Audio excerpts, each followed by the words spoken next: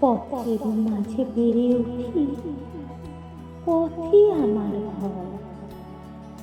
ভয় করি না, আসলে আসুক বৃষ্টি তুফান ঝড়। ময়লা ছেঁড়া পোশাক পরে কাটে দিবস রাত, সারাদিনে একটি বেলাও পাই না খেতে ভাত। কষ্ট আমার নিত্য সাথী, কষ্টই নিয়ে থাকি। কি হবে আর হিসেব বসে, কোনটা নগদ বাকি।